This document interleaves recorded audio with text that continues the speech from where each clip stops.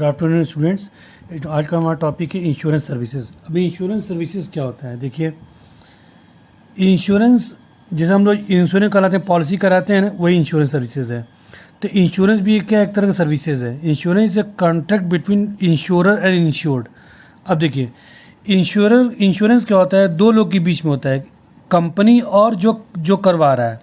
Insurer मतलब क्या होता है, इंश्योरर मतलब कोई इंडिविजुअल या फर्म, ठीक है, जो इंश्योरेंस कंपनी होती है इसको इंश्योरर बोलते हैं।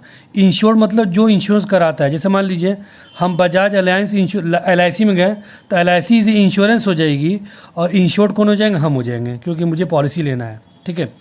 तो इंश्योरेंस क्या होता है, insurance is a contract between insurer and insured in which insurer agree to make good the loss of insured on happening on an event in consideration of regular payment called premium। ठीक है, तो ये दो लोग के बीच में agreement होता है, ठीक है। इंश्योर्ड क्या करता है, कंपनी में क्या करता है, इंश्योरेंस कराता है, और जब उसको कोई लॉस होता है तो कंपनी क्या होता है, उसको पैसा देती है। उसके बदले में बंदा क्या करता है, वो बंदा उनको रेगुलर टाइम पर क्या करता है, प्रीमियम देता है। प्रीमियम मतलब किस्त, इंस्टॉलमेंट में पैसा देना पड़ता है ना, उसी को प्रीमियम बोलते हैं। तो ये इंश्योरेंस होता है। This agreement is contract is a writing and is known as insurance policy. जो वही कॉन्ट्रैक्ट जब हमारे एक रिटर्न फॉर्म में हो जाता है उसी को इंश्योरेंस पॉलिसी बोलते हैं, ठीक है। अब इसमें देखिए नेक्स्ट क्या दिया हमारा, इंपॉर्टेंट टर्म इंश्योरेंस क्या होता है, हमने बताया था इंश्योरर मतलब कंपनी इज द इंडिविजुअल और firm known as insurance company which is agree to compensate the loss of insured. ये क्या करती है, एग्री करती है, जब किसी इंश्योर्ड पर्सन का कुछ लॉस हो जाता है उसको कंपनसेशन देती है, इसको बोलते हैं हम लोग इंश्योरर। नेक्स्ट है इंश्योर्ड इज द इंडिविजुअल और firm who gets compensation of loss insured से रेगुलर अमाउंट ऑफ प्रीमियम। जो रेगुलर टाइम पर जो बंदा प्रीमियम देता है उस कंपनी को, उसको इंश्योर्ड बोलते हैं। हैपनिंग ऑफ इवेंट क्या होता है, it refers to the subject matter of policies or the kind of losses covered under the policy. For example, in a fire insurance, loss of compensation only if it is due to fire. इस जब agreement करते हैं तो आप कौन सा policy करा रहे हैं, फायर का करा रहे हैं, वाटर इंश्योरेंस करा रहे हैं, कि लाइफ इंश्योरेंस करा रहे हैं, कि जनरल इंश्योरेंस करा रहे हैं।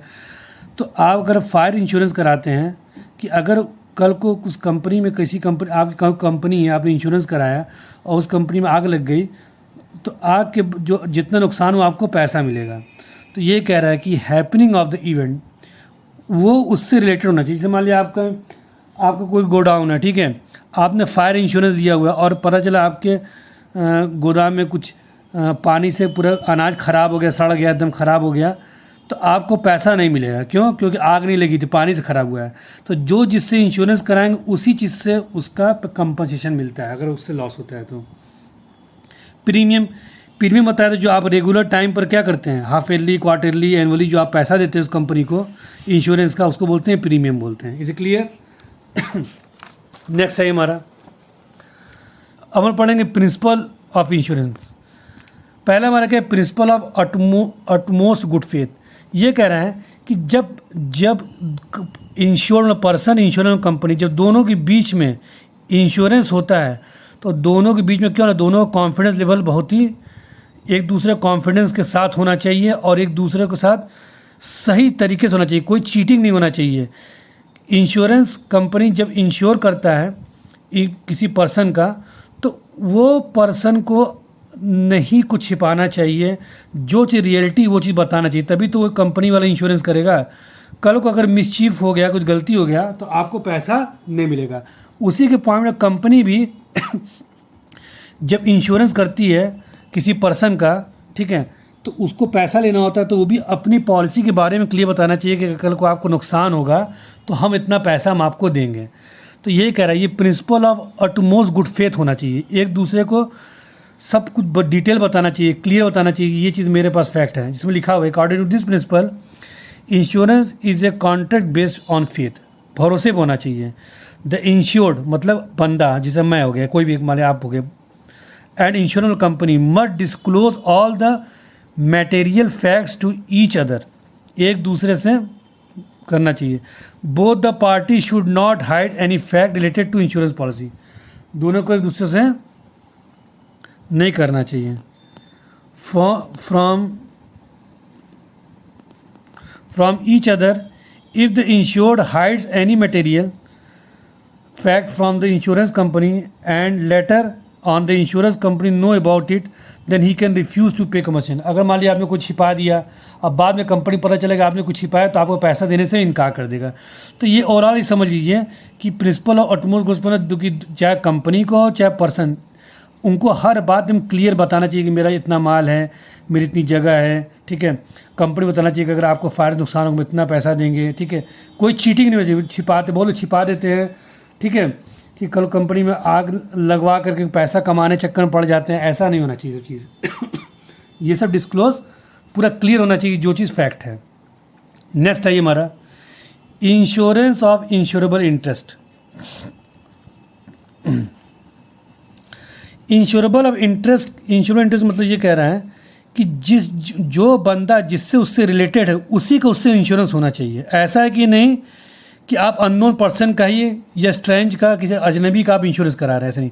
अगर अपने फादर इंश्योरेंस करा रहे हैं तो आपके बेटे को अगर कल को नुकसान होगा तो आपके बेटे को पैसा मिलेगा, उनके बेटे को पैसा मिलेगा। तो उनसे एक दूसरे से रिलेटेड होना चाहिए। अगर फादर के लिए हस्बैंड का इंश्योरेंस होना है तो वाइफ का इंश्योरेंस होना चाहिए, ठीक है। अगर वाइफ को कुछ हो जाता है तो हस्बैंड को पैसा मिलेगा, हस्बैंड को कुछ हो जाता है तो वाइफ को पैसा मिलेगा। तो उससे रिलेटेड होना चाहिए। ये एक प्रिंसिपल ऑफ इंश्योरेबल इंटरेस्ट में लिखा हुआ है, according to this principle the insured must have insurable interest in the subject matter of insurance policy. Without interest taking insurance policies is gamble and fraudulent। ये फ्रॉडगिरी होगा। Activity does not permit it, जो कि ये activity permit नहीं करेगी, क्योंकि एक दूसरे से लिंक होना चाहिए। In case of life insurance देखिए क्या लिखा है कि insurable interest comes with the relation of insured with the person taking insurance policy. जैसे फादर हैं तो अपने बेटे के नाम पर पॉलिसी ले सकते हैं, ठीक है। फादर किसी अजनबी इंसान का पॉलिसी नहीं ले सकते हैं। तो वही कह रहा है कि एक दूसरे से क्या होता है, इंश्योरेबल इंटरेस्ट होना चाहिए। इसे क्लियर, ये कह रहा है। नेक्स्ट है ये प्रिंसिपल ऑफ इंडिमनिटी। इंडिमनिटी मतलब क्या होता है प्रॉमिस करना कोई चीज़ को, ठीक है, देना। जैसे मान लीजिए according to this principle insurance is not contract making profit, ठीक है। ये कह रहा है कि इसका ये मकसद होता है कि प्रॉफिट कमाना नहीं होता है इसका जितना नुकसान हो उतनी उसकी भरपाई होना है। तो प्रिंसिपल ऑफ इंडिमनिटी होना चाहिए। The purpose of insurance is bring back insured in the same financial position as he was before the loss, ठीक है।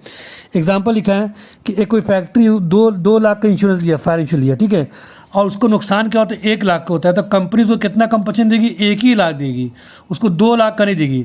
उसने भरोसे से कि 2 लाख का इंश्योरेंस कराया था, लेकिन नुकसान उसको कंपनी आकर उसका चेक करी कितना नुकसान हुआ, तो वो 1 लाख ही उसको देगी नुकसान हो गया। क्यों? इसका मेन मकसद ये होता है कि जितना आपको लॉस हो उतना ही कंपनसेशन देगी, compensation of loss, not for earning profit, profit करने पर्पज नहीं देती है, ठीक है। ये चीज़ हमेशा ध्यान देना चाहिए। तो प्रिंसिपल ऑफ क्या है, इंडिमनिटी है, ठीक है। इसे क्लियर। अब देखिए नेक्स्ट हमारा क्या है, प्रिंसिपल ऑफ कंट्रीब्यूशन। इसमें क्या कह रहे हैं the principle of contribution corollary principle of indemnity. According to this principle if person is taken more than 1 insurance policy for the same subject matter then all the insurance will contribute. देखिए अब देखिए, आप इसे मान लीजिए आपकी कोई company, ठीक है, एक कंपनी है, 2 कंपनी कोई है इंश्योरेंस की, एक बजाज मान लीजिए, एक LIC मान लीजिए। आपने 1 लाख से यहाँ लिया और 1 लाख से यहाँ लिया इंश्योरेंस, ये दोनों कंपनी इंश्योरेंस ले लिया 1 लाख रुपए का, ठीक है। कल कंपनी में अगर आपको 1 लाख का नुकसान होता है तो 50,000 ये देंगे, 50,000 ये देंगे। यही प्रिंसिपल ऑफ कंट्रीब्यूशन। इसको अंदर पढ़ लीजिएगा सिंपल तरीके से, ठीक है। एक बजाज अलायंस कंपनी है, एक LIC है, ठीक है। एग्जाम्पल मान लीजिए, यह कोई मान लिया आदि बिरला ग्रुप, कोई मान लीजिए कोई कंपनी है, LIC कंपनी है, इंश्योरेंस कंपनी 2 कंपनी है। तो अगर आपको एक नुकसान हो तो 50,000 ये देंगे, ठीक है। ये चीज़ कॉन्ट्रीब्यूशन होना चाहिए, इक्वल कॉन्ट्रीब्यूशन होना चाहिए, ठीक है। नेक्स्ट हमारा क्या है, प्रिंसिपल ऑफ सेब्रोगेशन। सेब्रोगेशन का मतलब होता है कि to put in the place of another, ठीक है, सब्सटीट्यूशन रिलेटेड है। According principle, after paying the compensation insurance step in to sue insured, in other words when the insured compensation the loss and damages property insured by him, the right ownership such property passes to the insurer. This is also corollary principle of indemnity, because once the compensation is given later, if insured realize some money, sale damaged property will bring profit him insurance and continue. If a person has taken fire insurance policy effective due to fire loss 1 lakh रुपये and he get compensation the same later he burn goods in।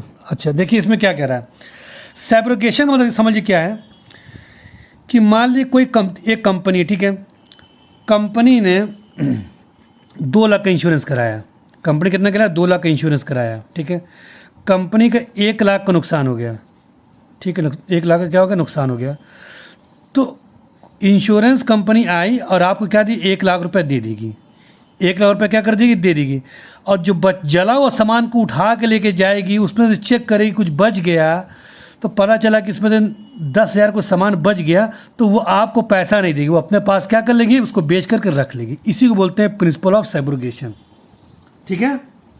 Next है ये principle of causa proxima. Cause proxima मतलब which is related to the subject matter. हमने बताया था अगर आपके godown आपने फायर इंश्योरेंस लिया, तो आपको अगर आग लगती है शॉर्ट सर्किट से, तो आपको पैसा मिलेगा। अगर कोई चूहा आके आपको गोदाम को, पूरा गेहूं का गोदाम उसमें काट दिया, पूरा गेहूं खराब कर दिया, तो आपको पैसा नहीं मिलेगा। That is known as a cause proxima. Cause proxima जो चीज़ उससे रिलेटेड है। Is it clear? नेक्स्ट हमारा क्या है,